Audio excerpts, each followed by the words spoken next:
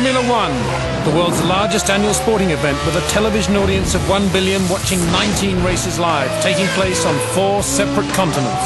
It's a world about speed, not only on the racetrack but in the factory, where a virtual race takes place every day. Performance in Formula One is determined by 4 key parameters: drivers, engines, tyres and aerodynamics. In terms of drivers, you've got to have the best. Engines can't be touched, as we're in a world of frozen engines, and tyres are the same for everyone. So that's why the Renault F1 team places so much emphasis on aerodynamics, using the wind tunnel to create downforce and minimise drag. But for the aerodynamic designers, times are changing, and the future is all about computational fluid dynamics, a tool that is revolutionising the design process of Formula One cars. This is a big step. It's an astronomical step for Renault team for the future, this is sure. Basically, it's a virtual wind tunnel taking place in a supercomputer, a technology enjoying a rapid growth thanks to the development of computational capacity.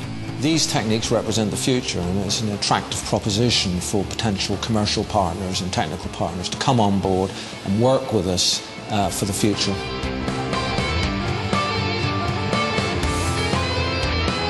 C'est un outil au service de l'équipe, du team ici. C'est un outil qui doit contribuer à l'amélioration de la performance de la voiture. Et je pense que c'est un outil dont nous sommes fiers et nous attendons maintenant les résultats sur la piste.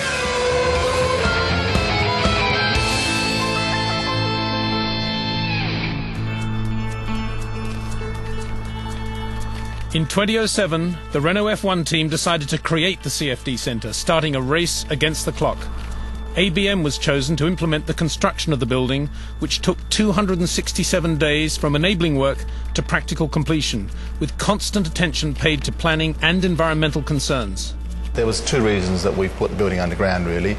One, it's a contribution to a green effect. Obviously, a building underground maintains a very stable temperature. Secondly, we have constraints on planning requirements in this area because we are in the middle of the countryside.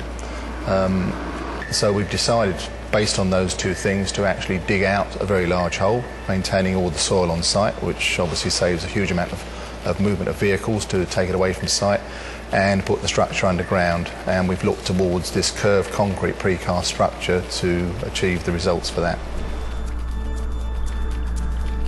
The local authority are very interested in promoting new buildings that are demonstrating clear environmental sympathies, and so we conceived a building that was underground, it's low level, very little visual impact on the local countryside, and then it benefits from environmental issues because it's underground.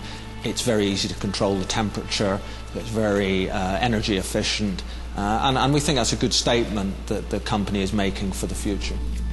24,000 cubic metres of material was quarried and maintained on site to enclose the 25 sections of modular concrete block surrounded with a damp-proof membrane. This ultimate aerodynamic laboratory is now hidden 1.5 metres below the ground. Reminiscent of a James Bond movie set, the CFD Centre welcomes its engineers into an exhibition hall. To the left are the CFD research offices. To the right is the auditorium where aerodynamicists can discuss, visualize and share ideas about the results of their simulations.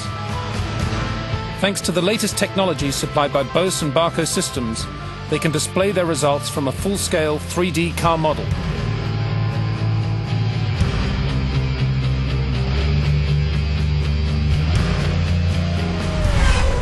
One-third of the building is dedicated to Mistral, the supercomputer.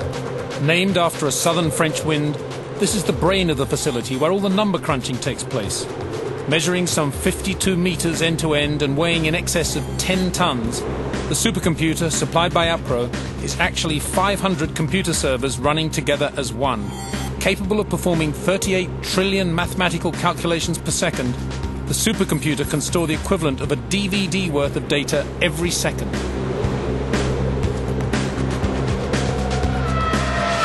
They need more and more power because they need to simulate the airflow around the car as accurately as they can, as the technology can